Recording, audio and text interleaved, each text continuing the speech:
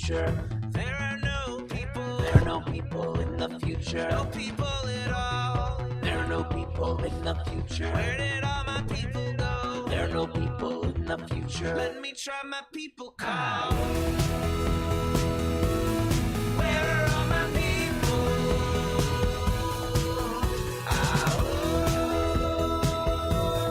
Where are all my people? I guess I'll fly away now. Hey, everybody, welcome. Holy moly. Man, sorry for the little bit of a late start this morning. I had some little technical difficulties. First with the camera, and then with the mic, and then this, and then that. Pretty crazy. Welcome to Raging Chicken's Out to Coop podcast. It is Friday, December 9th, 2022. Yes, it is our Friday Politics Roundup. This is Kevin Mahoney, creator and founder of Raging Chicken. Each week, we break down the good, the bad, and the ugly in state and national politics.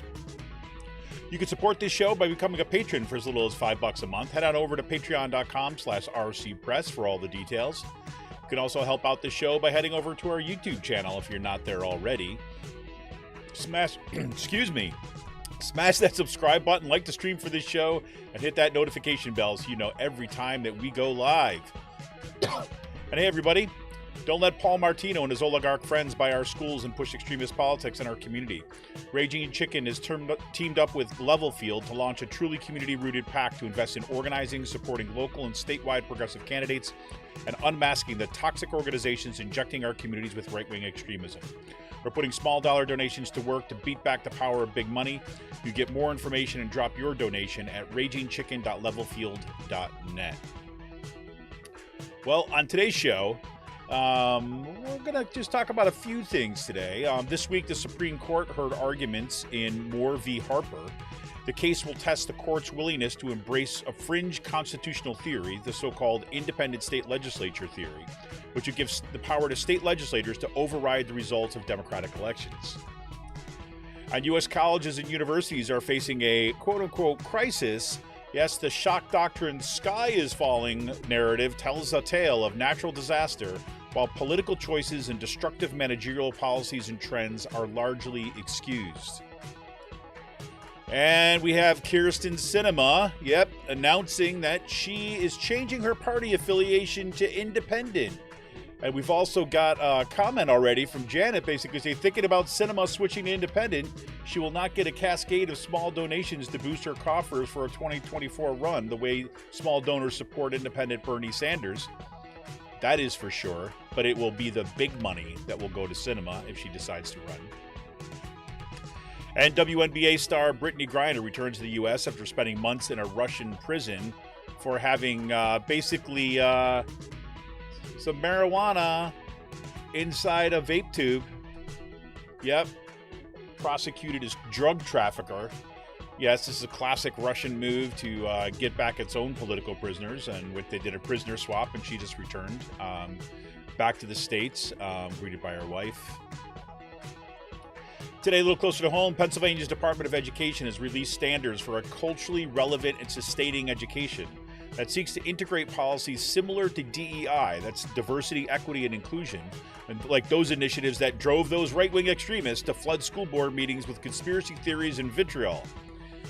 Yes, that's going to run head first into what has been happening in these right-wing school boards, like my own district, Penridge, that we don't want to leave out Central Bucks, or what's happening in Souderton now. Now, Penridge School District, meanwhile, moved forward with a plan to cut social studies requirements despite strong opposition from parents, teachers, students, and members of the community. The school board voted in a 5-4 move to move ahead with the cuts after a contentious debate even among members of the board. Yes and no, and by the way, Joan Cullen is no longer going to be the board president. Nope. They elected new president and vice president. And gotta love it that I'm going to get her name wrong if I don't here. Banis Clemens. I just know her last name. I always forget Banis Clemens. But she will now be the vice president of the board. Yes, how about that? How about that? She is the one who pushed so hard to eliminate the social studies requirements. we're gonna have a lot to say about this in the months coming up because there's so much that's happening at Penridge that is just off the hook. Anyways, in addition to that, a little up the road from us here in Bucks County, up in Lehigh County, Starbucks in Whitehall, PA, voted to unionize. Congratulations to the Starbucks over on MacArthur Road and all the staff there. Yes, the staff voted 16-10 in favor of forming a union. And now they begin that process of getting their first contract. Looking for a living wage, looking for more rights on the job. You know, got a boss, get a union. That's how he goes. Yes, for more PA Progressive Talk, you want to tune into the Rick Smith Show's live stream at 9 p.m. Eastern on his YouTube channel, Twitter, or Facebook, wherever you see his streams. And you got to subscribe to his podcast wherever you get your podcasts. Head on over to thericksmithshow.com for the latest across all his platforms. And if you haven't already, check out the Sisters of the Night Caucus podcast. The amazing PA women stirring the political cauldron behind this podcast rock the house. And they know where their bodies are buried. Make sure to follow them on Twitter at The Night Caucus. That's at The Night Caucus on Twitter. And subscribe to their podcast on Anchor, Spotify, iTunes, or wherever you get your podcast. And for all you gamers out there, or maybe you got gamers in your family, well, you got to check out The Game In. That's with 2 N's. The Game In is a Quakertown-based, black family-owned gaming store. They're friends of the show, and they've got everything from retro N64s, the latest consoles, video games for all platforms, collectibles, action figures, Funko Pops, walls of Funko Pops. And kids get discounts when they get A's at the report card. How great is that? Check them out on their Facebook page. Follow them on Twitter at The Game In. That's with 2 N's. If you got a question about a game, look for something hard to get, shoot them a message or drop them an email at thegameinpa@gmail.com. And a shout out, as always, goes to Jonathan Mann, who wrote our intro song, There Are No People in the Future. Check out all his great stuff on his YouTube page or follow him on Twitter at SongADayMan. That's with 2 N's. It's at SongADayMan on Twitter. Got some show notes. This coming Monday, December 12th, I'm welcoming Garen Magarian back to the show. He was on over the summer. Basically, we were talking about kind of, more kind of whistleblower stuff over the summer. But we're going to be digging into this case that I mentioned in the intro today, and Moore v. Harper. That's that Supreme Court case that could upend American democracy as we know it. In the Bucks County Beacon, Magarian warned that the fringe constitutional argument at the heart of the case, known as the independent state legislature theory, paves the way for single-party rule and disenfranchisement of voters. Magarian is an experienced litigator, is a trial lawyer licensed in the Commonwealth of Pennsylvania and the state of New Jersey. He's represented clients in both state and federal courts. Does a lot of great stuff in protecting whistleblowers. I'd encourage you to go back and listen to his last appearance on the show. But he wrote a piece in the Bucks County Beacon, I believe it was initially in July. The Bucks County Beacon just kind of updated and republished this past week about the kind of Moore v. Harper case and how dangerous this is, and how much of a test it is going to be for the the future of American democracy. I mean, it's pretty crazy. So tune in on Monday night, and if you did not catch our interview this past week with Raylan Roberson. She works for Common Cause, and they do stuff on protecting election integrity by, kind of getting on social media and tracking down disinformation and making sure that we're pushing back against that kind of disinformation and holding the social media platforms accountable. She was amazing. I can't wait to have her back on the show. It was so heartening to hear the kind of work that she's doing. So if you missed that, it's a great interview. Go back and check it out. As usual, on our podcast, wherever you get your podcast, or on our YouTube channel. But look, guys, everybody, men, women, children, space aliens. No, listen. Look, everybody, if we want a progressive future, we need progressive media. Support Pull No Punches, homegrown progressive media today. Become a patron of Raging Chicken for as little as $5 a month. Simply go to patreon.com/rcpress. Become a patron for the price of a good beer once a month. Help keep the media in the movement and the movement in the media. Become a patron for as little as $5 a month by going to patreon.com/rcpress today. Well, off to a little bit of a rough start this morning, all. Sorry about that. It's, I think it's a combination of, there were some updates on my computer, and some of the programs that I use for this show. In addition to this being the, the last week of my classes. I taught my last class on Thursday.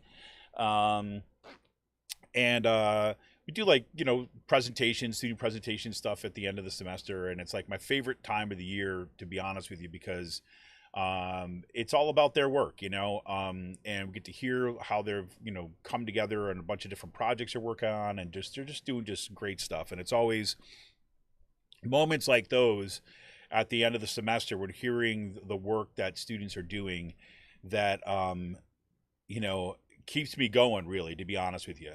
Say that it was worth it. And always reminds me about just what great students they are. That's always been what I've said anywhere I go about students at Kutztown University. And I'm look, I don't mean to single out the only students there, but they're the students I know. But I've loved working with Kutztown University students because they just bring a whole just bunch of stuff to the table that's so interesting, and they're hard workers, and it's pretty great. So anyways, that closes out the week. So as much as that's enjoyable, it's also when all the grades are coming in and all the grading is there, and there's like end of the semester meetings and due dates and all this kind of stuff. So I'm a bit exhausted as well. So a combination of exhaustion and little technical little glitches made us a little bit of a rough start this morning. But yeah, why don't we start with since I read that comment from Janet, when she's saying that think about cinema switching to be an independent. I mean, this just came up in my newsfeed this morning. I mean, it's and I just made the announcement and so on, but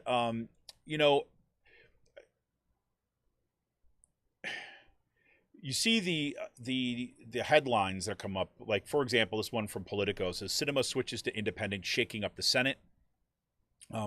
Which it does. Remember, that's the after Raphael Warnock. Oh God, I didn't even put that in the headlines, right? Because we talked about it so much on the show on Monday ahead of the primary, the Georgia primary. But yeah, that's the big news. Raphael Warnock won the Georgia a special election, or the runoff election, against Herschel Walker to give Democrats a 51-49 majority in the Senate. With now, of course, not to have the spotlight turned too far away from her, Kyrsten Sinema immediately, a couple days later, basically lets everybody know that, yep, she's no longer going to be a Democrat. She is going to be an independent, which basically gives the Democrats a 50-49 plurality, I guess it would be technically. But if she continues, as she seems to be suggesting, that she's going to continue to caucus with the Democrats, that will still keep the leadership plans and so on in Democrats' favor. It's something else, right? I mean, it's like one of these perfect examples of the way that Kyrsten Sinema has operated in the Senate. Now, the way that she always talks about it is like, well, I'm independent and fiercely independent, and I've worked with Democrats and Republicans, and this is the next logical step on my stage. I got to say is that I think that's a fairly honest assessment to be some way. Is like she's not doing anything that she has not been indicating she's going to do anyways.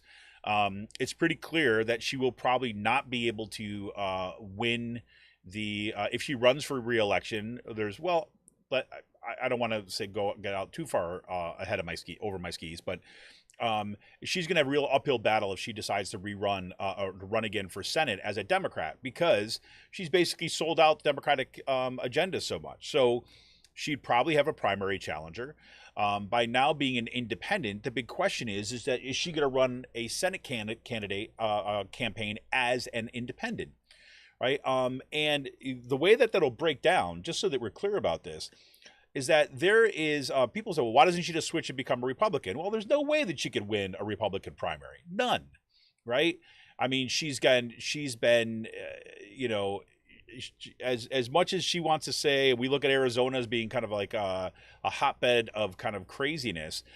That's exactly the reason why she can't win that primary in the Republican Party, because like she is not conspiracy theory group, right? She is not the Carrie Lake, right? She is way, way too quote unquote moderate for the Arizona Republican Party. That doesn't mean that she couldn't win as a Republican statewide, but it means that she can't get the nomination in that party, and she knows that. She's not an idiot, right? I mean, she's smart, right? You may disagree 100% with her, but she's smart about her calculations. That's why she is so calculated, right? Because she's about herself, right? And she knows that if she becomes that independent, as she now is, the money is going to flow to her from these big donors because they know that she could essentially. She could essentially be the power broker in the Senate if she so chooses, right? Because now what this does is it puts Manchin back in the kind of kingmaker position in the Democratic Party. Because if Manchin then votes with Republicans, right, that means it's a 49-49. There's no majority, right? So Kyrsten Sinema can be I'm sorry, if he says, yeah, Kyrsten Sinema could come in and can decide, which side is she on, and the big bucks are going to go to her and flow in her pockets. I mean, that's the way Manchin is operated too, as well, right? They stay in this kind of quote unquote center position because they know that they are given a disproportionate degree of power, and therefore the money will flow in their direction. So that's what she's going to do. But I think Janet is right by saying that she's not going to get the cascade of small donations to boost her coffers for a 2024 run. I agree with that 100%, as that she will not get small dollar donations. A matter of fact, if you listen to supporters of hers from her initial Senate run, that backed her initially because of her independence, because of her commitment to being against climate change. She seemed to be very kind of more progressive in terms of as a candidate. That people who got behind her and that supported her basically have seen what she's done since she's been in the Senate as selling out everything that she said she believed in. So she's not going to get the support, right? She's not going to get grassroots support at all, right? She doesn't have a constituency outside of big money at this point. So that's what it is. Now, again,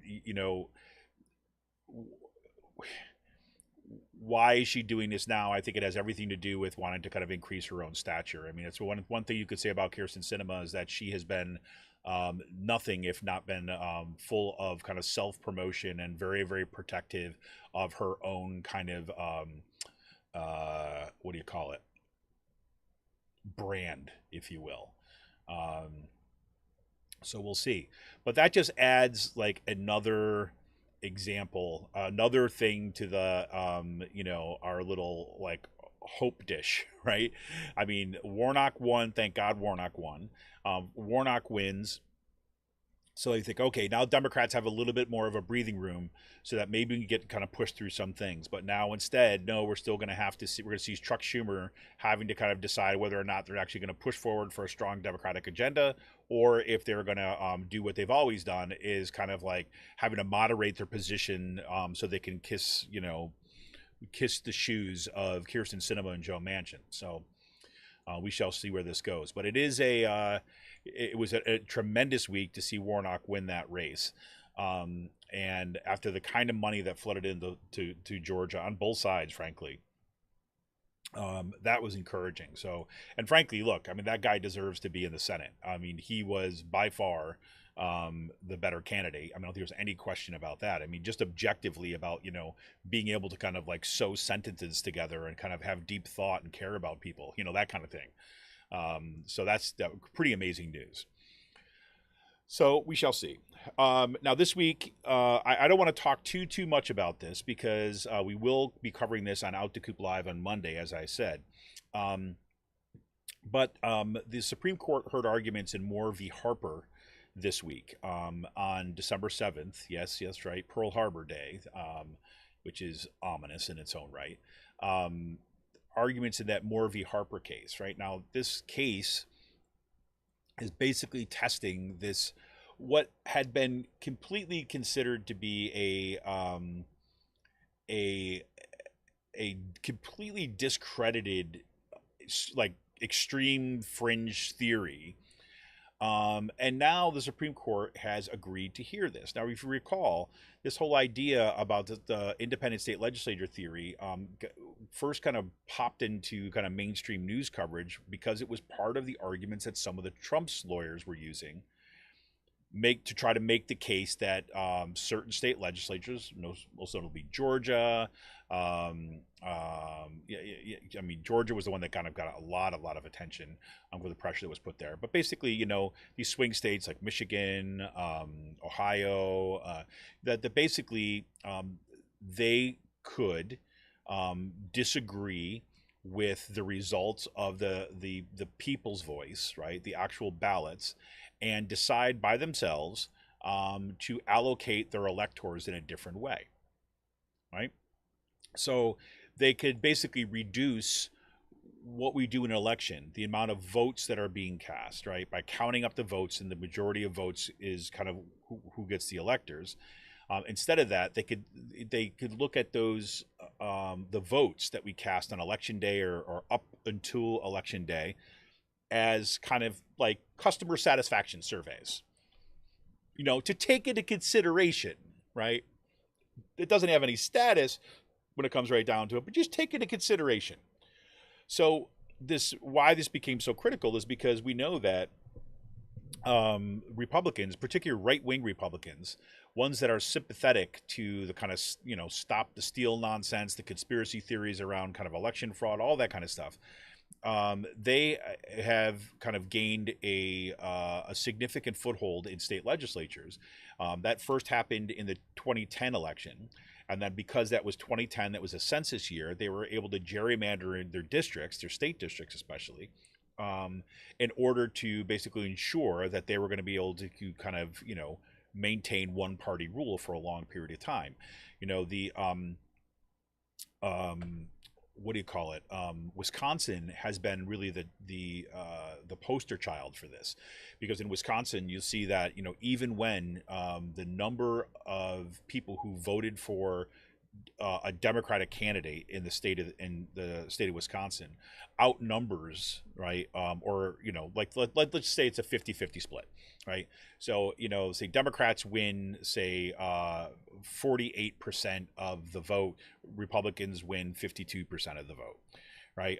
In kind of statewide offices. Well, so you would think that there would be a relatively even balance in the kind of state legislature. Well, that's not the case. Instead, you basically see the split being kind of like more like 60-40, right? You have, if you have 100, you had 100 legislators, just to make this simple, but 60% or 60 of the state legislators would go to Republicans, while 40 would go to Democrats. They basically have baked that in the cake as a way of kind of maintaining power. And when, kind of Governor Scott Walker was voted out by the people, that same legislature decided to strip the governor of the governor's office of any significant powers to prevent the governor basically for doing something in opposition to what the Republican-controlled self-selected legislature does. Right. So, and, Wisconsin is just the easiest case to see this, but this has been happening all over the country and did happen. Now, we saw some pushback to that. We saw flips in Michigan. We saw some significant gains here in Pennsylvania. But this, this case that was being offered by Trump, to try to say that, the states can choose to, assign their electors as they will, because they have this independent status, right? That the federal government or the kind of elections are only kind of, or counting, allocating electors based upon the majority of votes cast is only one option about the way that you do. Ultimately, it's the state legislature that decides how the electors are allocated, and they do not need to abide by the Democratic vote. Well, this seemed to be like a fringe idea until Trump's lawyers started pushing this. And so it came up in the summer about, this case was kind of like moved forward, as kind of appealed to the Supreme Court.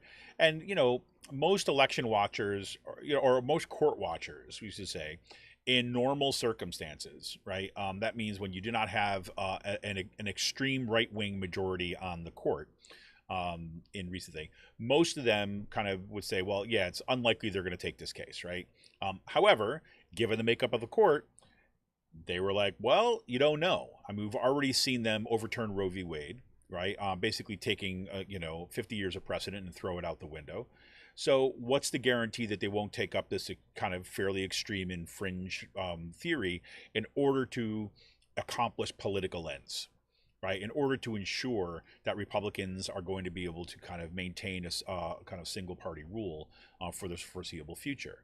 And so it was an open question. And then I think it was in July that they agreed to, there were at least 4 justices, I believe, who said, no, we want to take it, we want to hear this case. And so on Thursday, was that Thursday? No, sorry, Wednesday, the case was heard and the oral arguments were given. Now, we're not going to know about this result until probably next summer.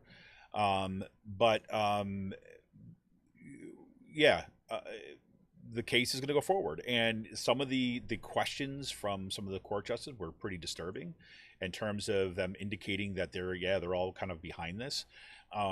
There's on SCOTUS blog, for example, there was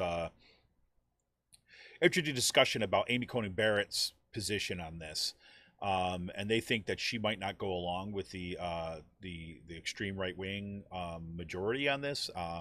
We shall see how that works out. But we're going to break a bunch of this stuff down a little bit more about what its implications are, what the case is about, and so on Monday when we talk to Garen Magarian on Out to Coop Live at 7 p.m. on Monday. So there we have it. A couple other things going on. We also had WNBA star Brittany Griner return to the U.S. They're spending months in a Russian prison for trumped-up drug charges and drug trafficking charges, which is pretty crazy. It's I don't even know what to say about that. I mean, this is like, I mean, what do you do with something like this kind of Russian state? I mean, it's in what's done with Ukraine and so on. It's just nuts. But it was good to see her being brought home. Now, I guess it's a mixed bag because there was another guy that they were trying to get out, and they couldn't get him out. But we shall see. I wanted to take a little time in the first segment today to talk about this. What has been emerging as a narrative about the crisis for U.S. colleges and universities. I've mentioned this a couple times and on the show, and if you recall, I'm not quite sure if we talked about this or not on air. But I had Sean Crampsey on. He's the director of government relations for ABSCUF, the state faculty union, which I'm a member of. But I did talk to Sean a bit about this. As there has been some articles that popping up. In particular, there was one that showed up in the Chronicle of Higher Education about this kind of crisis in higher education. And there's been more and more of these articles showing up, right, about this crisis. And what's fascinating to me about it is that it seems that a bunch of this stuff, I'm just looking to see if I have this other, I don't have this other, I thought I had another article on this that I wanted to share with you, but I don't have it right at hand here. Anyways,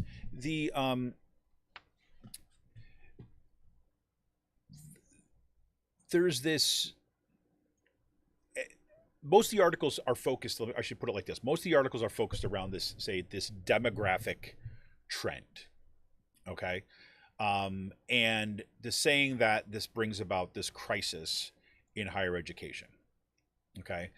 And the short story is something like this, right? Is that we had this peak of enrollment. We had high enrollments up until about 2010, 2011 or so, right? And then there came along the financial crash of the 2008, 2009, right? So there's the Great Recession that kind of took place then. And during that Great Recession, birth rates declined significantly, right? I mean, not like going off a cliff per se, but they declined, right? But there was also evidence that, so that we had the peak in 2010 of birth rates, but they were already projected to start going down whatever. We saw that, 2010 was the peak of college admissions, I should say. I'm sorry, college admissions, but birth rates had already started to drop, and then when the recession came, that it plummeted even further. Okay, and then the key part is that did not kind of go back up again. Right, is that once that there was the drop off in birth rates, right, that kind of remained fairly steady. Okay.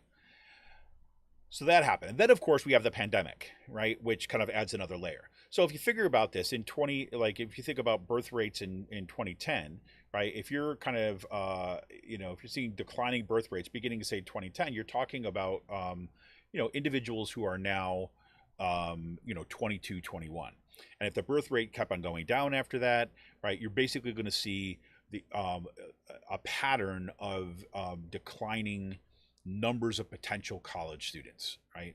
And so as a result, you're going to have fewer students. And as a result of that, you're going to have colleges who are no longer going to bring in tuition dollars. And as a result of that, they're going to be in financial crisis, right?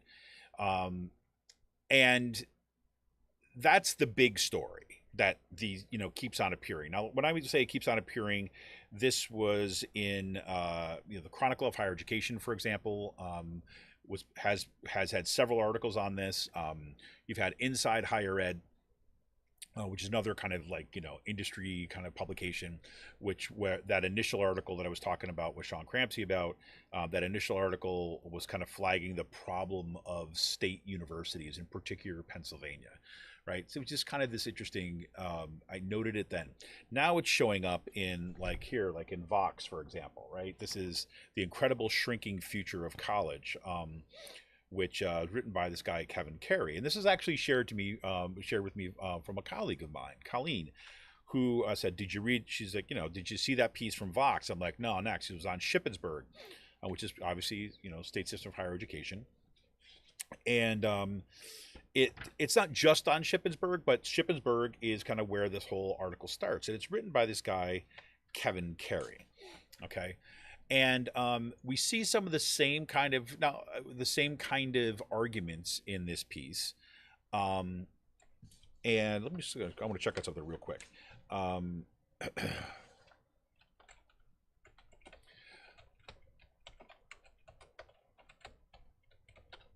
Okay. And the gist of it is this. I want to just kind of read you just a brief piece of this, right? So I want to give you a flavor of it. This is how it's a really well written article. So here it goes. In 2021, Shippensburg University won the NCAA Division II Field Hockey Championship, completing an undefeated season with a 3-0 victory over arch rival Westchester. The Ship Raiders also won it all in 2018, 2017, 2016, and 2013. Which I know because I saw it written in big letters on a banner festooning the field house on Ship's campus in south central Pennsylvania when I visited last month. Ship was in fine form. Young men and women wearing logoed champion sweatshirts bustled between buildings. There was a line at the coffee shop in the student union. It was the kind of bright blue autumn day that you would see on a brochure. There was no way to tell from the outside that Ship was a shrinking institution, or that the problem was about to get worse, a lot worse. Not just here, but in colleges and universities nationwide. In 4 years, the number of colleges graduating from high schools across the country will begin a sudden and precipitous decline due to a rolling demographic aftershock of the Great Recession. Traumatized by uncertainty and unemployment, people decided to stop having kids during that period. But even as we climbed out of the recession, the birth rate kept dropping, and we are now starting to see the consequences on campuses everywhere. Classes will shrink year after year for most of the next 2 decades. People in the higher education industry call it the enrollment cliff. Among the small number of elite colleges and research universities, think the Princetons and Penn States, the cliff will be no big deal. Those institutions can have their pick of applicants and can easily keep classes full. For everyone else, the consequences could be dire. In some places, the crisis has already begun. College enrollment began slowly receding after the millennial enrollment wave peaked in 2010, particularly in regions that were already experiencing below average birth rates while simultaneously losing population to out-migration. Starved of students, the tuition revenue they bring, small private colleges in New England have begun to blink off the map. Regional public universities like Ship are enduring painful layoffs and consolidations. quote, classes will shrink for most of the next 2 decades. Oh, I'm sorry, right away. The timing is terrible. Trade policy, deunionization, corporate consolidation, and substance abuse have already ravaged countless communities, particularly in the post-industrial Northeast and Midwest. In many cases, colleges have been one of the only places to provide good jobs in their communities, offering educational opportunities for locals and have strong enough roots to stay planted. The enrollment cliff means they might soon dry up or blow away. Right, so that's the setting the stage. Okay. And that's I think a fairly good summation of the kind of argument that we're seeing and the kind of narrative that we're seeing. Okay. Now, there's a few issues here. Now, I have to say a little bit further down in this article, Carrie does acknowledge that there's been some other contributing factors in here, but I want to tell a little bit of a story about what happened, well, some of the choices that were made to get us where we are, right? And why the narrative being told about this demographic cliff is more indicative of the way that we understand higher education, or the way we do politics in this country and in this state, than anything else. So bear with me for a minute. I was the vice president of our faculty union for a bit. And during that time, we would, I would be part of the job of that was you lead your meet and discuss time. And meet and discuss is when you have representatives from the union meet with representatives of the administration to talk about kind of contractual or kind of issues on campus. Right. So the idea is that when you have a union contract, the contract doesn't just happen by itself. Right. Issues come up and there's things that need to be addressed and you have to get clarifications on things. And the administration does certain things that are maybe questionable, or different policies. It's an opportunity to kind of have that kind of co-governance, right? Now, in the best case scenario, right, which is not the scenario in which I was there, the best case scenario that you bring problems to the table and you're able to kind of like get, one, clarity about what's going on, two, a kind of understanding, and three, a resolution, right? I mean, that's your best case scenario. But there's often times when you're just going to disagree, right? You're going to have disagreements over the way things are being proposed, or whether going forward. And then sometimes you file grievances, or sometimes the policy wins out, and things like that. The biggest problem is that if there's not open communication, right? If you have administrations that are not being transparent with their budgeting process, or not being transparent with the decision-making process, or not sharing the rationale for the decision, or giving cover stories to them, which has been the case traditionally at Kutztown University, then those become kind of more contentious, right? They have kind of more problematic, or you're not able to do problem solving. It's more of a kind of performance, if you will, right? Because nothing happens, right? Because if you're not going to get movement, if there's not an agreement that we're there to kind of solve problems. So, anyways, back this is not the current president, but the previous president of the university was a guy by the name of Javier Ceballos. And there was this period of time which we saw an increasing number. So I came to Kutztown in 2022. Right, and when I came in 2022, I'm sorry, not 2022, 2002. My bad, 2002. And when I came to at Kutztown, we were right about, I think, just below 8,000 students, if I am recalling this correctly. And then over that next several years, right, you think about, if that peak that peak birth rate was, our peak in kind of high school graduation was 2010. So that period of time was on the upswing, right? And what was happening is that the administration was kind of emitting more and more students, right? And because there's more competition to get in, they were able to kind of bring in more students, and we had to the place where we literally did not have enough faculty members to cover classes. Right, we had actually some classrooms which were exceeding fire code. Right, the administration was scheduling more students that were legally allowed to be in the classroom. Right, so And part of the reason that happened is that in 2004 or 2006, maybe it was 2006, we had a really bad contract.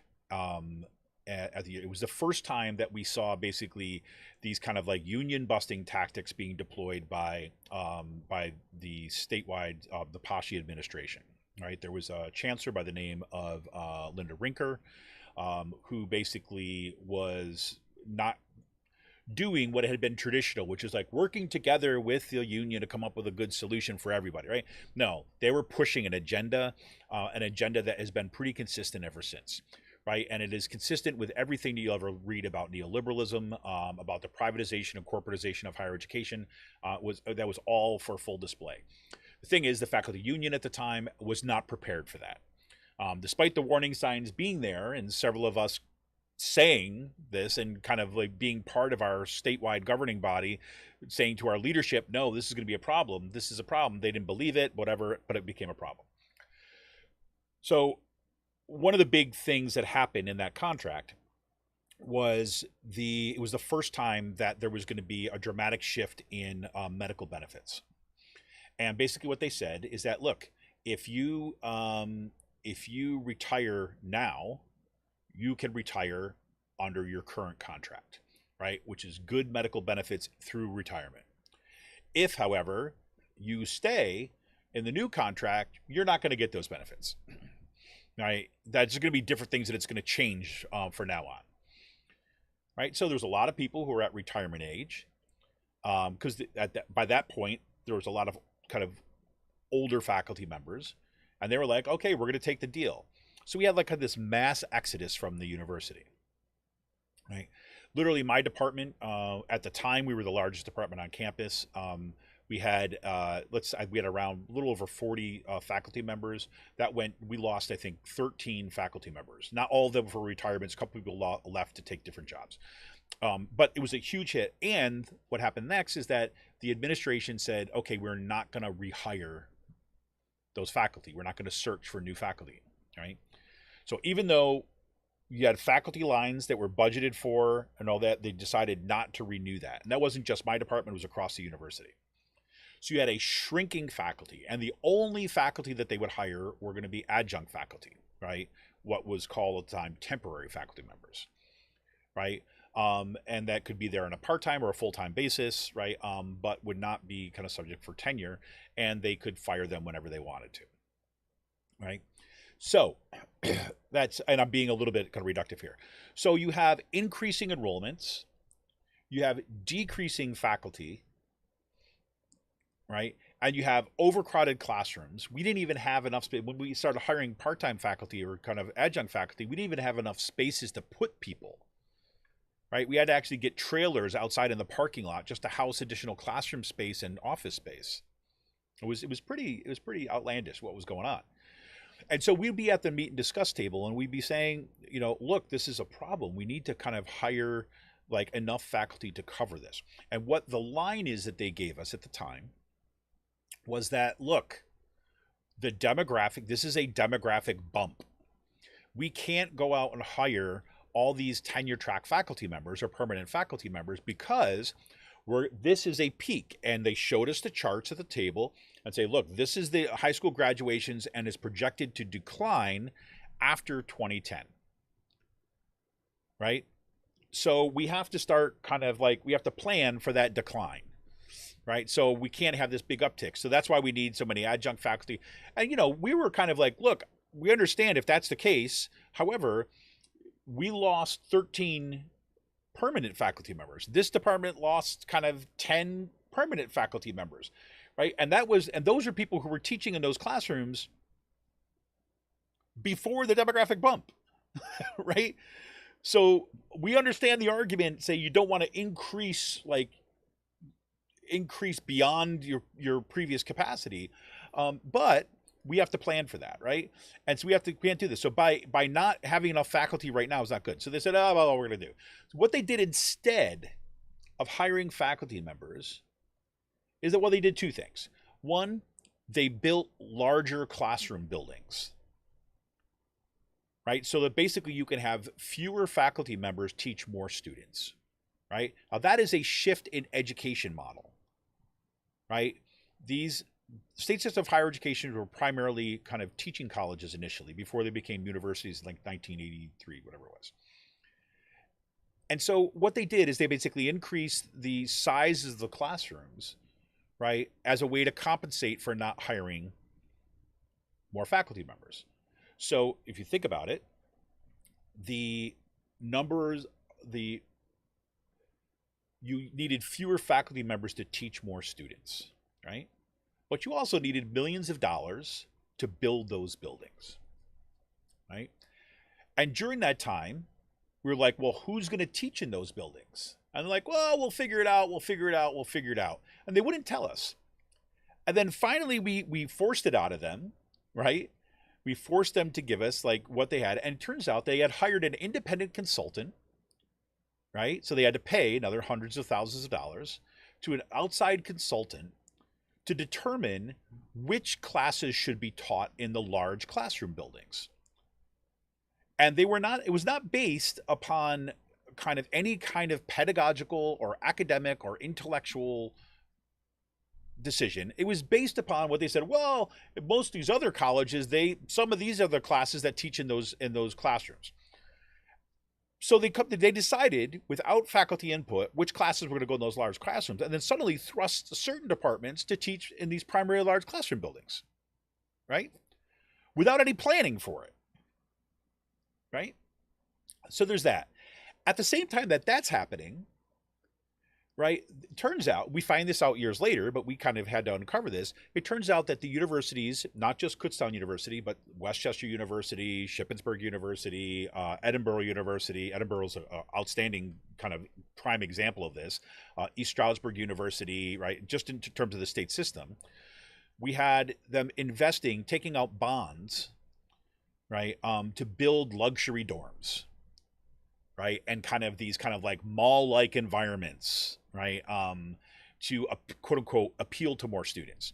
So they were basically shifting a model away from an academic recruitment model into a kind of consumer-based model, where they believe that the only way that students would come to your university is if they got the kind of amenities that were luxurious. So instead of having dorm rooms, you had suites, right, in this large, like, brand new dorm building, right? You had off-campus apartments were run by private companies but were funded by the foundations, right, and all this kind of stuff. And they used all these, what's called off-balance sheet budgeting tactics, as a way of producing two sets of books, right? They had one set of books that they would show us and that they would show state legislatures, and they had another set of books that they would show their say the banks and the people who were giving them bond monies, right? Because they were able to, and again, both ways of doing the accounting were technically legitimate, but they were able to do some of these, off-balance financing schemes that just made it very hard to get to the bottom of what was going on. All is said and done, right? This goes by kind of years go on. Now you have fewer faculty members with more students. Yes, the student body starts to come down a little bit. But then what happens is that all the money for all those bonds starts coming due, right? And we keep on hearing that, Kutztown's been in a nonstop kind of like budgetary crisis since I've been there. And we kept on saying, like, well, how is it possible when you have like all these students and significantly fewer faculty members? So more students paying tuition, fewer faculty members kind of costing the university anything. How is it possible that we're in this crisis, right? And it turns out because they were doing all these kind of budgeting schemes. Okay, so that's going on. Meanwhile, at the state level, right, in our state legislature, right, we saw like the domination of kind of Republican politics, right? The domination of this kind of like anti-tax, anti-government, anti-investment in public education, anti-investment in the public anything for that matter, also happening. So as universities were kind of doing that at the individual basis, you saw at the statewide, they were basically cutting the subsidies, right? They were cutting the kind of, or shouldn't say subsidies, the investments in public higher education in the state. So whereas initially, back when the universities were formed in 1983 or so, it was about 65% of the cost of attending state system of higher education university, 65% was borne by, came out of the kind of like the public coffers, out of our tax dollars, right? By 2008, 2009, 2010, we go up to say, bring it up to like 2018, 2020, I think the last one we saw. About now, it's about 75% of the costs are borne by students and their families. Right? So you had a political choice to divest from public higher education. But that was true for K through 12 schools too as well. That's true to everything that is kind of a public service. Right? So now during that same period of time that you have students taking on more and more significant debt. Right?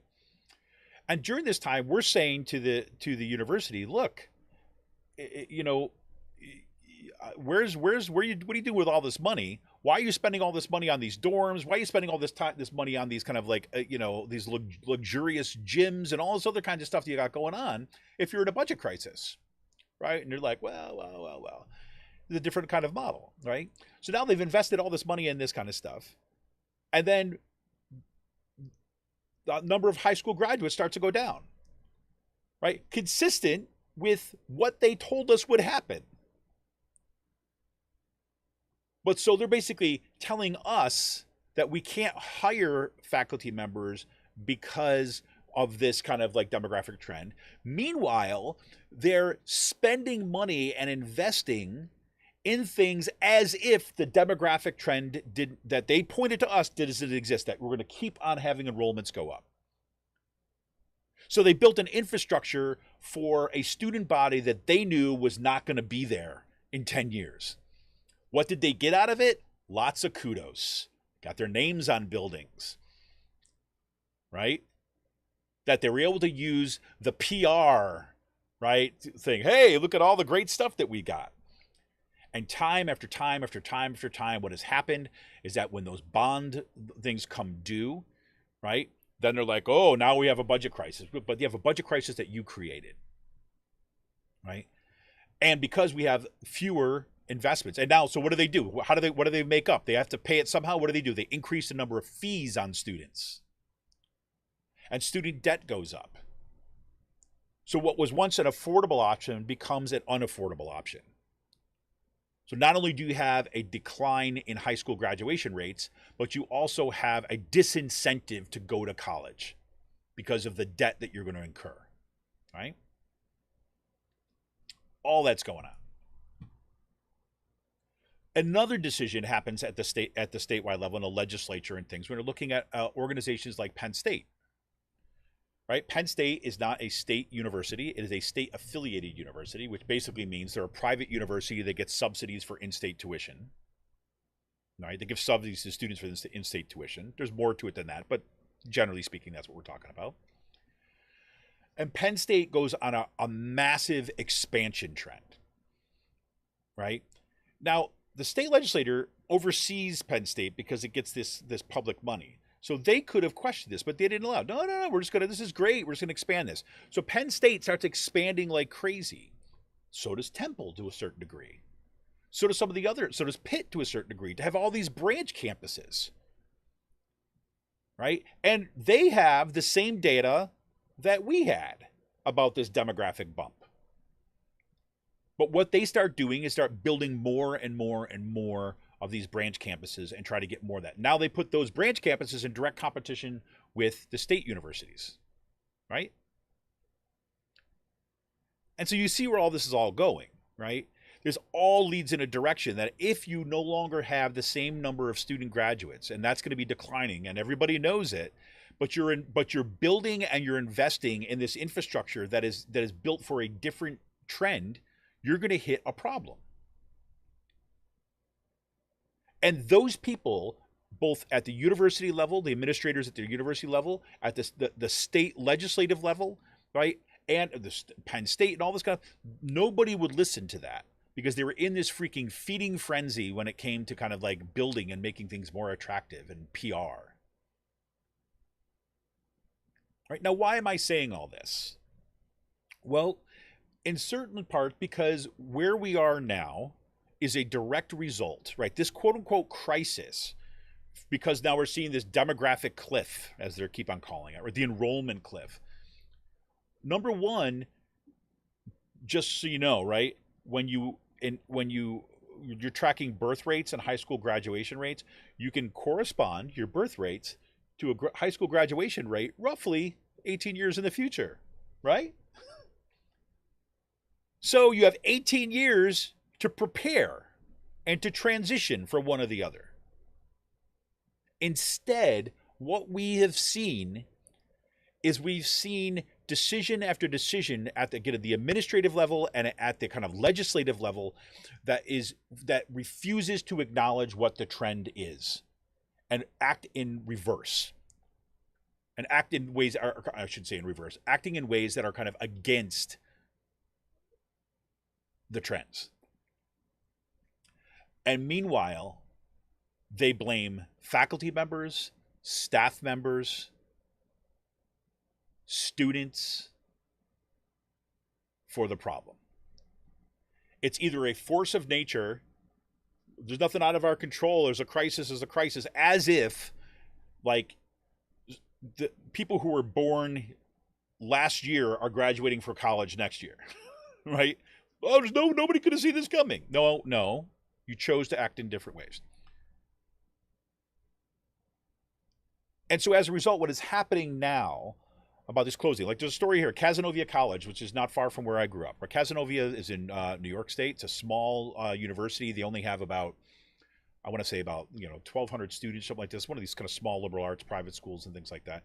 One that is completely dependent on tuition, right? Because they're not a state institution at all. They just announced that they're going to close. Right? We saw several of these small liberal arts places close, right? If you're running on tuition dollars, right? Running everything on tuition dollars, and tuition is so expensive that people can't afford it, and we see a growing inequity in terms of wealth distribution, income distribution in this country, right? Once again, it makes sense that people are not going to be able to afford those things. Right. But here we are, right? And so for me, the reason I tell that story, right, and I recognize I've taken so much time to be able to even talk about this story, and it's frustrating to have to tell this story again and again and again and again. But it's to say that accountability should match the people responsible for the quote-unquote crisis, right? And unfortunately, that's not kind of where we're at. We're at in this is why I call this the shock doctrine kind of mentality, right? It's a shock doctrine mentality because in a shock doctrine, this is kind of Naomi Klein's term, right, is that you use crisis in order to kind of enact major trends. And that is precisely what we see happening in the state system of higher education right now. You got the perfect guy in there right now, Daniel Greenstein, in there basically, the chancellor of the state system of higher education, Daniel Greenstein in there because he knows what to do with crisis, right? He sees crisis as an opportunity, comes out of Silicon Valley, right, where they like to kind of like move fast and break things, as they say, right? And to kind of transform things, to be innovative, to be disruptive of the higher education sphere. They love it when they are disruptive of things. And so they could put their own name on stuff. And then they could be extra special because they are the ones who did it, right? Even though they'll be long gone when the kind of real crisis really hits as the result of their work. But no matter. Put on a nice shiny face. You kind of use all the right words. Sound real smart. That's all you need to do. So why I say this going forward, like I've said before, is that ABSCOF is going into a contract negotiation year. We see several school districts doing this too as well. But as a state system of higher education, we see going into a contract negotiation year, the discourse is going to be about crisis. The discourse is going to be about there is nothing we can do. The discourse is going to be, the narrative will be about faculty can't expect anything now because we're all in the same boat. There's just not the money to spend. Right? We've heard all this before. You can't bleed a stone. You know, all those kind of cliches that get used at times like this. Right? And from my perspective, one of the things that has to be part of the pushback is that we didn't cause the crisis, you did. And here's why. You ran us into the ground. You need to be accountable for this, right?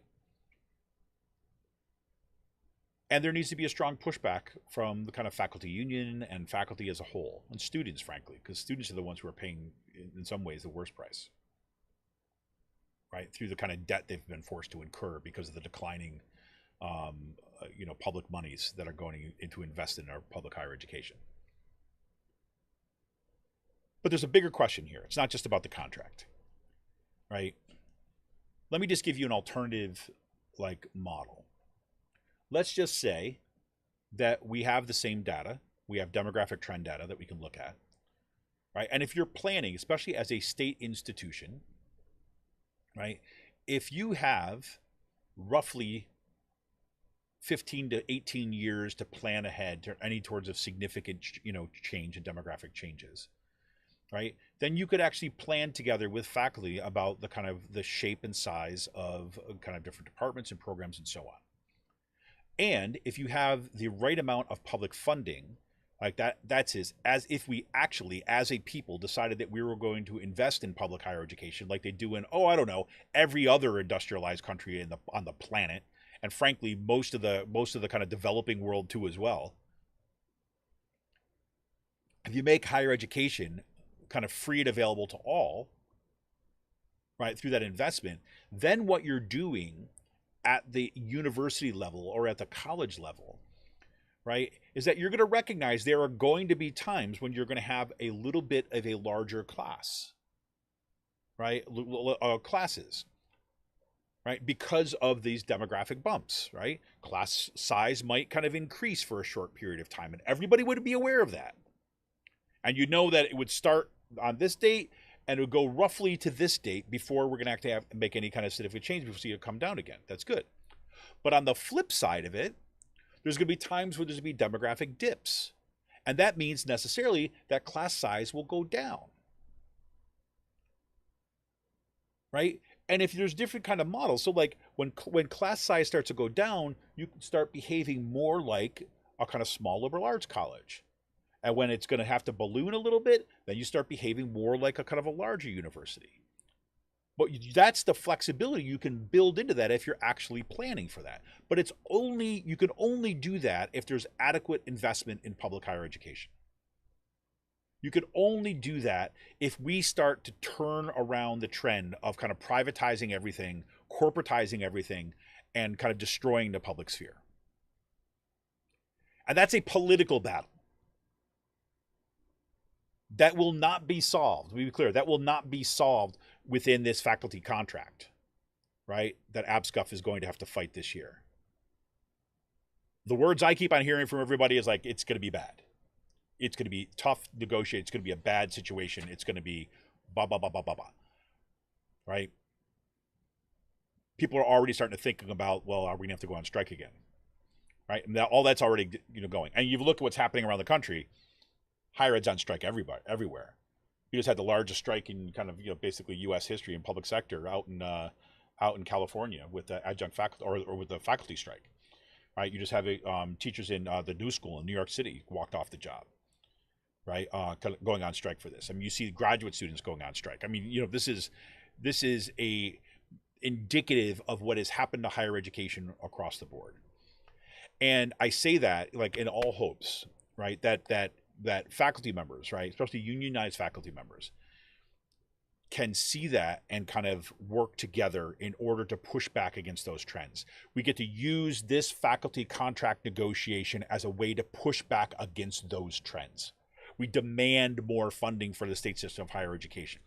We demand, that we're going to have kind of fair and equitable transparency of the book, a whole bunch of things. But we use it as an opportunity to push this into the public that we need to kind of invest in these things, right? Because this is the war, not the battle. And I think that becomes so important because what tends to happen at kind of any individual workplace, right? Any individual university at any particular time is when there's austerity and people push down, people turn on each other because it's easier to do it that way. yeah, this faculty member looked down on that faculty member because, oh, I published in more prestigious journals than you did. Or I publish more and you do all this service work, right?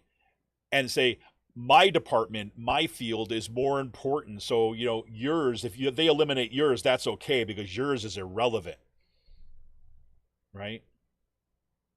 That kind of nonsense. That has been happening, for example, for the humanities for ages, right? You go after humanities. You go after these things that kind of don't immediately translate into corporate goods, corporate logic, corporate greed, or aren't about like money and math or numbers and math, right? So that's been a story that's been going on for decades, right? And so when you tend to exert pressure downward, right, by basically saying we're in a budget crisis, we're in a crisis, people tend to turn on each other, right? People elevate their own self-importance and point down at others and say that you are less important. So maybe you deserve to be treated like that by the administration. Maybe you don't deserve to have your job renewed because I'm better than you are. That kind of nonsense.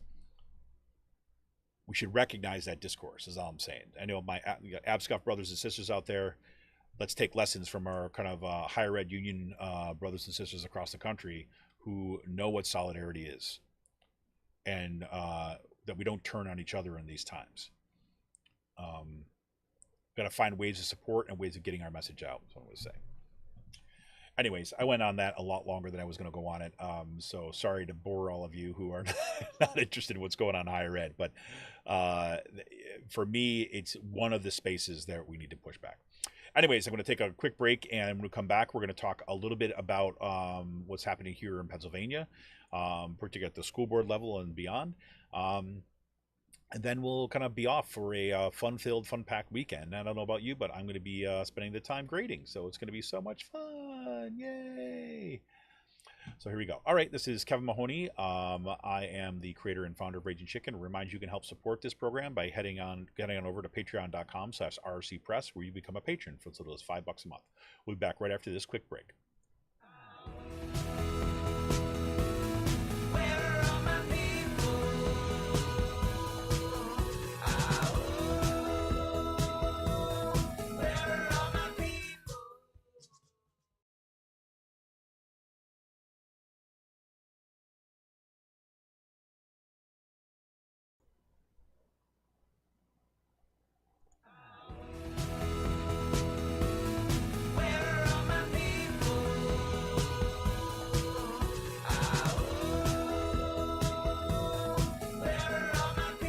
Hey, everybody, welcome back. This is Kevin Mahoney, creator and founder of Raging Chicken, here for a little PA focus. So we have some kind of interesting things. I'll do the kind of quick stuff up top here. Congratulations to the workers at the Starbucks on MacArthur Road in Whitehall Township. They now have a union. Yes, they voted 16-10 in favor of forming the union. It's great to see the union movement start hitting up here in kind of eastern PA. We know that there's been movements in Philadelphia, in Pittsburgh. We've been seeing a lot of activity going out of there. Start to see this hitting in kind of right here in the, I don't know if we've got any in Bucks County yet, but see up in Lehigh Valley is pretty freaking awesome. So congratulations to all the folks up in Whitehall for that union, and good luck on your first contract, because that's where you're gonna it's gonna be good for other kind of union members in the area to reach out and help support them. I know I'm going to be following that. I'm going to do my best to show up at any events that they've got up there in the Lehigh Valley. So kudos to them. So I found these are kind of like a couple of interesting things that I want to put on the table. I mean, the Bucks County Beacon had a great article this week that was about the Pennsylvania Department of Education putting out some new standards for what they're calling the culture responsive teaching, or diversity, equity, inclusion.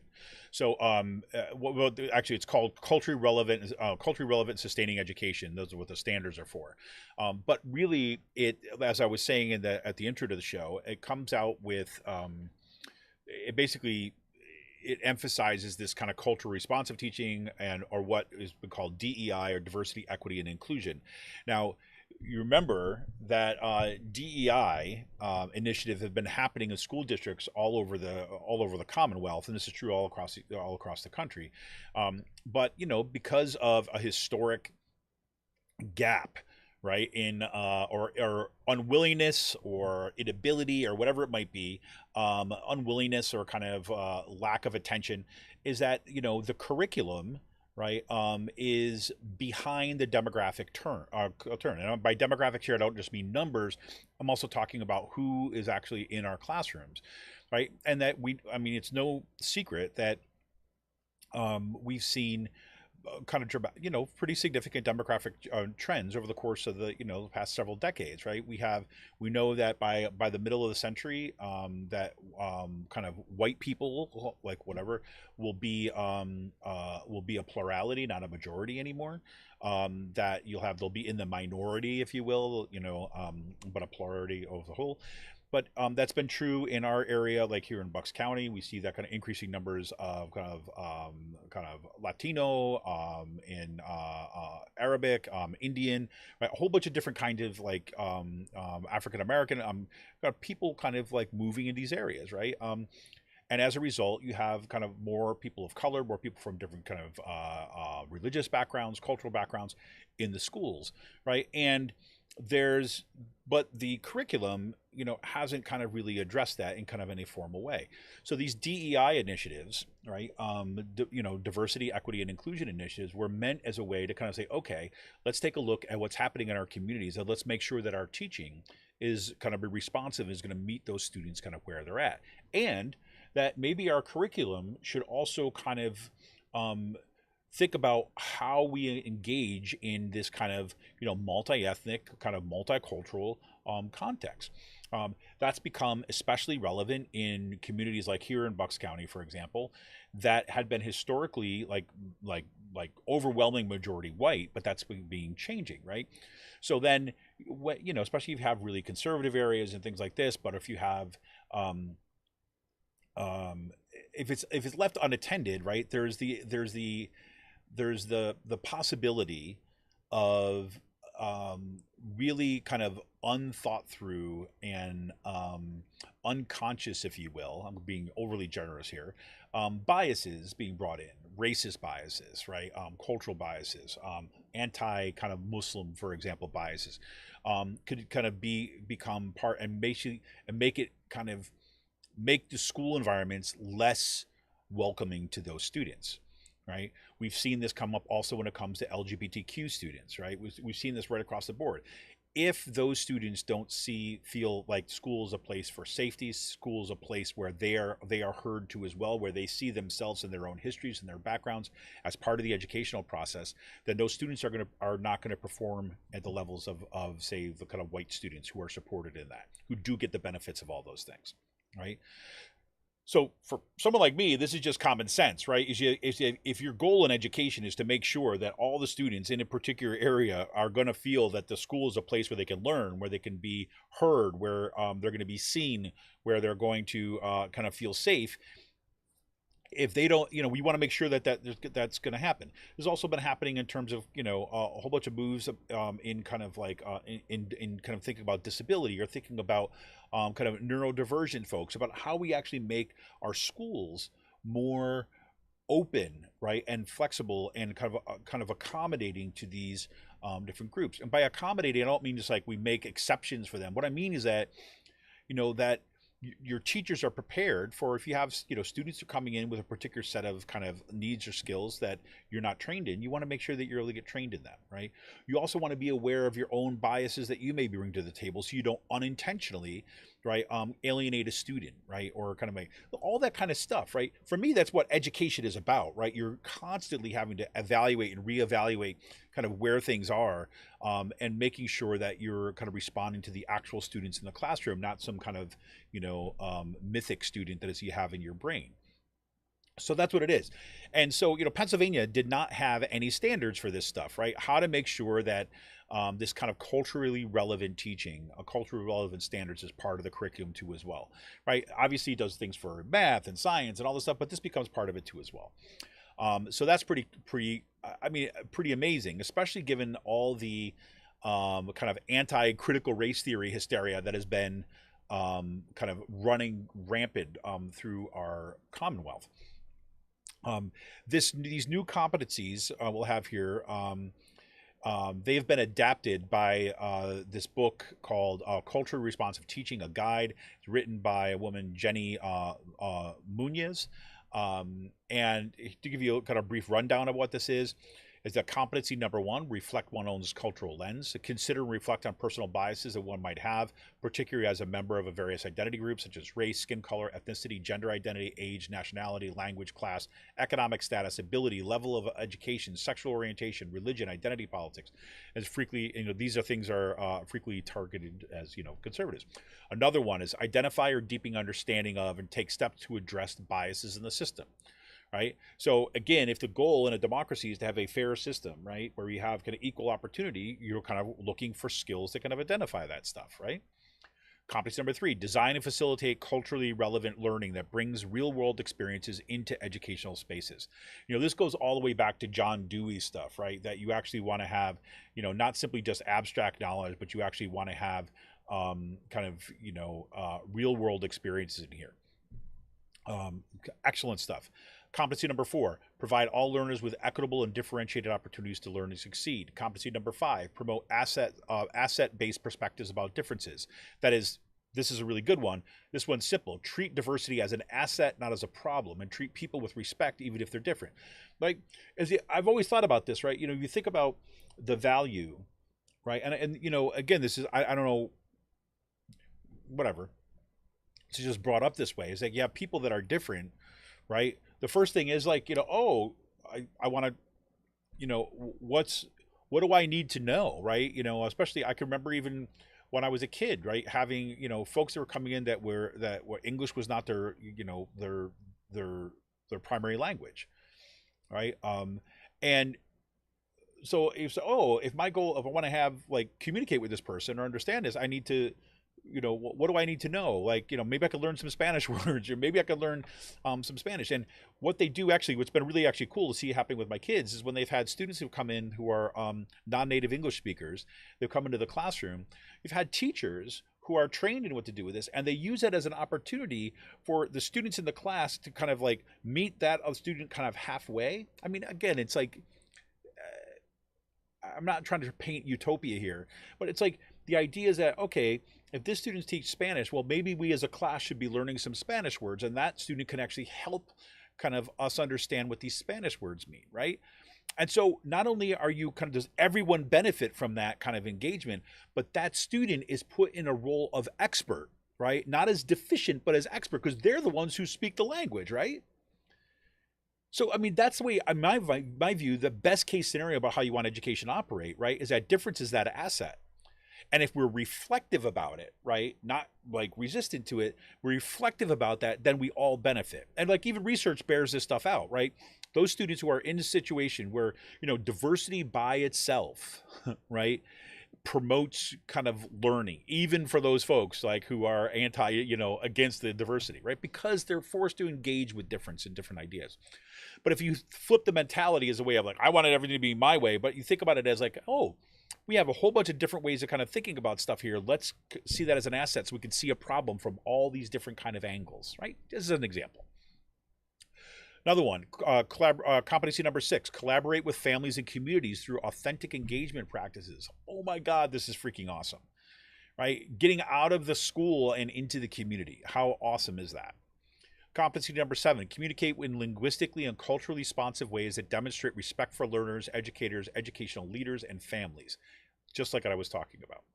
Competency number 8, establish high expectations for each learner and treat them as capable and deserving to achieve success. Bingo. Competency number 9, educate oneself about microaggressions and their impact on diverse learners, educators, and families, and actively disrupt the practice by naming and challenging its use, right? This is one of the ones that's been particularly targeted, as is mentioned in the Bucks County Beacon article, one that's mentioned by the whole anti-CRT crowd, right? So why do I kind of mention this? Why is it great that it's out here? Well, you see the fact that they're doing this at the state level, right? The level of the Commonwealth, that they're putting in these new standards. Some folks might look at this and say, like, great, the state is coming to the rescue, right? They're going to finally deal with this, the problems that we're having to deal with, through individual school board conflicts and so on. That's going to be kind of, these standards are going to take these away. I would kind of suggest that that's not what's going to happen.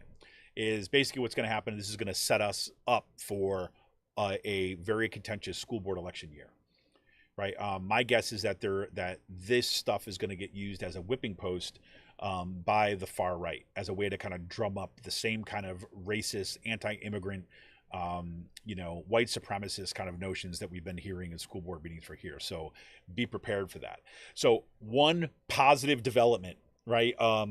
Finally, we're getting this kind of these competencies that are being built in by the Department of Education.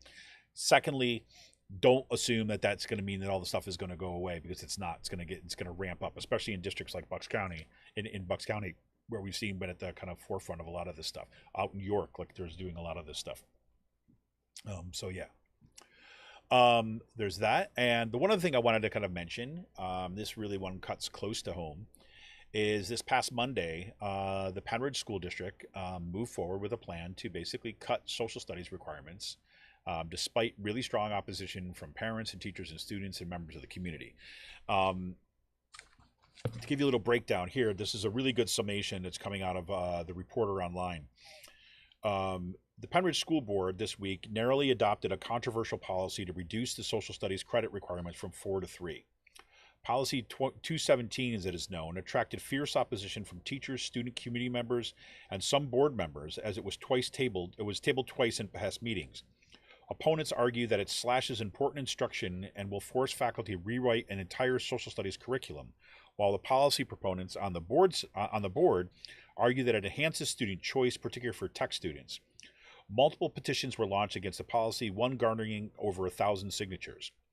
In anticipation of a final vote on the policy, a large crowd turned out for the school board meeting on Monday evening, December 5th, to make one final plea to the board to vote it down.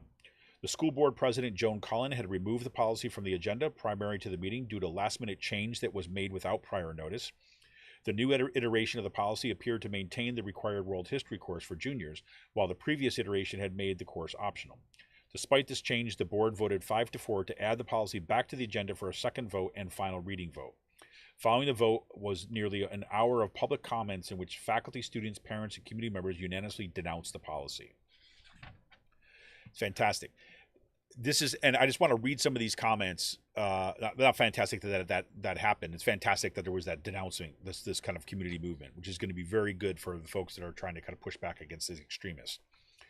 So they give a bunch of kind of folks here. So Holly Pollock, she's the president of the Penridge Education Association. She asked the board to respect the expertise of teachers who support maintaining the current credit requirement. She said that students already have ample choice in their class selection, and the board has a responsibility to listen to input from all stakeholders, all of whom oppose the policy.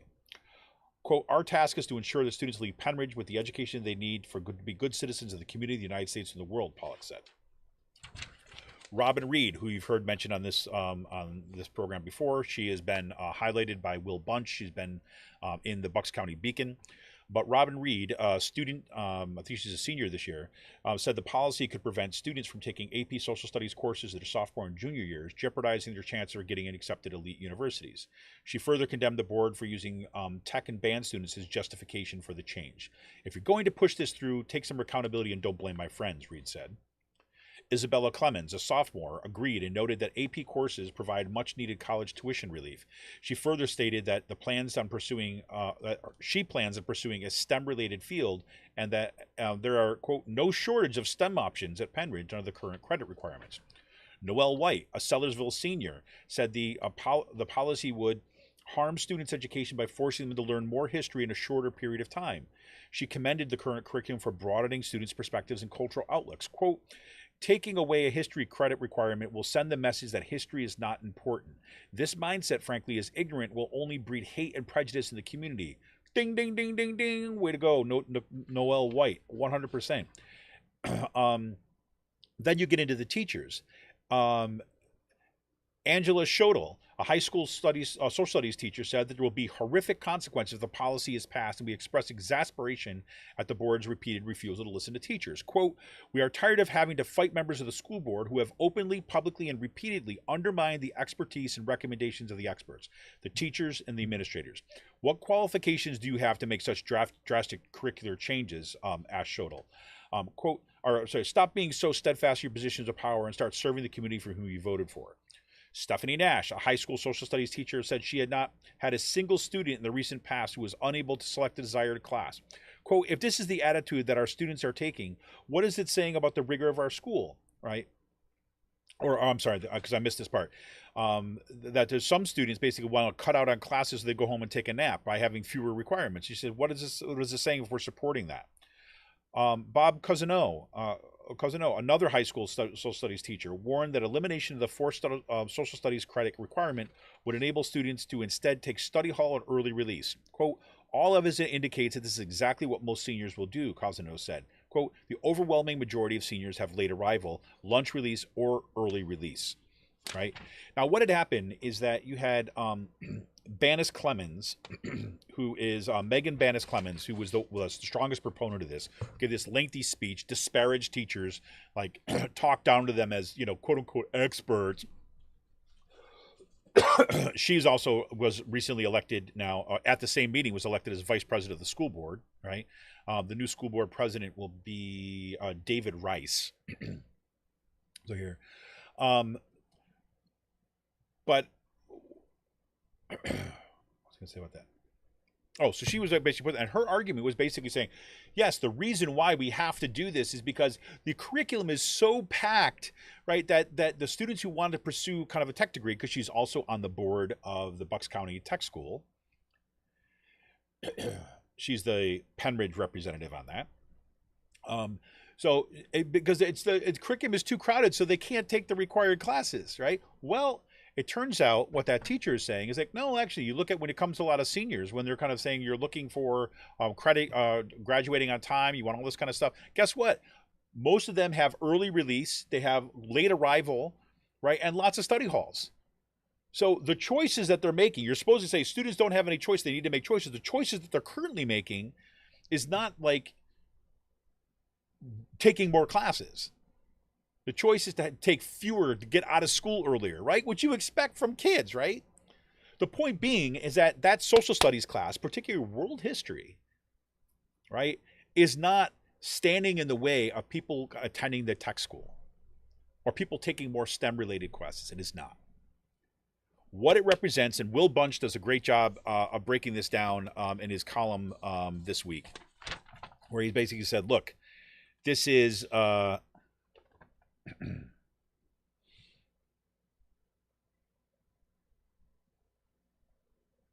Here's what he says. He says locally, and he's talking about this. Well, I should go down here. So you think that groups like Penn's Annenberg Center would advocate for more and better civics classes for America's school kids would be having a moment right now. Instead, they face stronger headwinds than ever. It's not just that some traditional barriers, the notion that studying history or how the government works aren't career-oriented or practical, are still in place. But social studies curricula have now also been politicized across large swaths of the United States, with bitter fights over whether anti-racism education is too woke, and whether learning instead should be focused on narrowly defined patriotism and American exceptionalism. It says it can't be a coincidence that these lean years for civics and its broader classroom cousin social studies have coincided with the rise of political disinformation and a growing public acceptance of conspiracy theories. Right? And he says that civic education for all Americans has been on a long period of steady decline since the 1990s, when educational gurus suggested that we need to catch up with subjects in math and reading. And today, only 7 states require even a full year of civics classes to graduate from high school, and it shows. Right? What Will Bunch does, he puts that in broader context, right? Basically saying, look, there has been an assault on this kind of stuff for since the 1990s, right? This is, I'm kind of, old enough to remember. We had William Bennett, who was the kind of educational czar under kind of, say, Bush and Reagan, Well, it basically said you wanted to eliminate, things like the humanities, right? It was basically an earlier kind of predecessor of this kind of like anti-CRT nonsense that we get now. I mean, you need to kind of like this kind of white, kind of standard white great person curriculum is what we need, right? And then also this kind of gradual push for the 90s. Then when you got to the Clinton administration, there was that strong push for math and science and STEM, right? And that crowded out humanities, crowded out music, crowded out the arts, because everyone started getting into this. And one of the kind of main proponents where the money came from was Bill Gates. Bill Gates, who, just by the way, that's where the chancellor of the higher education came from, the Bill and Melinda Gates Foundation, working on higher ed as part of that foundation using this kind of logic. Anyways, but that was the idea, right? The idea is that everything's got to go towards math and science because we're deficient in math and science. And so we pushed aside the humanities. We did that at the K through 12 level. We were doing that at the higher education level, right? We're still doing that to this day, right? And at the expense of things like civics, right? Which you basically are teaching the nuts and bolts of like how to do democracy, right? And Will Bunch basically, look, at this, we shouldn't be surprised.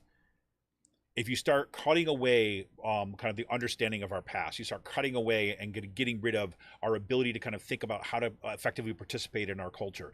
If you start cutting away, right, our kind of critical thinking capacities, right, and kind of dealing with diverse kind of ideas and problems, then you're going to kind of open the door for things like conspiracy theories, right? And so he mentions Penridge in here too as well. We're saying, look, this is exactly what's going on. I'll read you what Will Bunch said. He says, locally, the debate over the future of social studies education flared in the Penridge School District in Philadelphia's northern exurbs, a community that has been riven for the last couple of years by debates over issues like LGBTQ pride flags in the classroom and diversity education. But board members who voted 5-4 this week to reduce the number of social studies credits needed for high school graduation from 4, a standard in most area districts, to 3, claimed the move wasn't political. They intended to give students more flexibility to take college prep classes and to add requirements for personal finance course and give teens a practical skill. Penridge's downgrading of social studies appeared to be in line with the pre-pandemic and pre-Trump era trends of prioritizing science and technology over other subjects. But this move generated widespread opposition from teachers and students in Bucks County District, showing how the fight over what kids ought to be learning is becoming a front burner issue in the 2020s. 100%. So there we have it. So we're going to be gearing up, folks. We're going to gearing up. And I'll, kind of remind you, that's one of the reasons why we started early by setting up this this community-based pack with Levelfield, right? And it's ragingchicken.levelfield.net. Check it out, right? See what it's about. And we basically, with that pack, we started receiving donations last year, and with that pack, we didn't spend the money for the midterm elections, right? The idea was that the whole thing is built around what is happening at the school board level, local, in our communities. And now we've got school board elections coming up in 2023, and that we're going to need, to kind of support those candidates now. So that's where we go. So you can check that out. Anyways, thanks for all who kind of joined the discussion today. Thanks you all for kind of tuning in. I look forward to our discussion on Monday. You can tune in to Out to Coop Live on Monday. That's the 12th at 7 p.m. And Garen Magarian will be on the show, and we'll be talking and digging into the Moore v. Harper Supreme Court case, which puts really a big question mark around the future of American democracy. So I'd urge you to be there for that discussion. And Garen's awesome. He's phenomenal. He's on the show before. He's great. Anyways, that's what I got for today. Thank you for tuning in on this Friday Politics Roundup. I'm slowly finding my feet again after kind of just like an insane, like I said last week, just being sick and trying to catch up on work and all this kind of stuff. And semester is closing out, and I'm still in grading mode, but at least I feel like I'm kind of back in this chair again. So thank you all. And thank you all for kind of take the time to share out the show. I really appreciate it. You take the time on Twitter, and I know Twitter is kind of exploding in weird ways these days. But I've seen the show showing up on Mastodon and some other platforms too as well. I appreciate you taking the time and sharing out the show. And that's what keeps this whole thing alive. So there. I remind you can also help support the show by going to patreon.com/rcpress. You can become a patron of the show for as little as $5 a month, and it helps us do what we do, helps us shine a light on the work that's happening in our communities, and helps amplify the amazing work that's already going on. So anyways, folks, this is Kevin Mahoney, creator and founder of Raging Chicken. We'll see you on Monday at 7 p.m. with Garen Magarian to talking about the Moore v. Harper case. Until then, have a great weekend.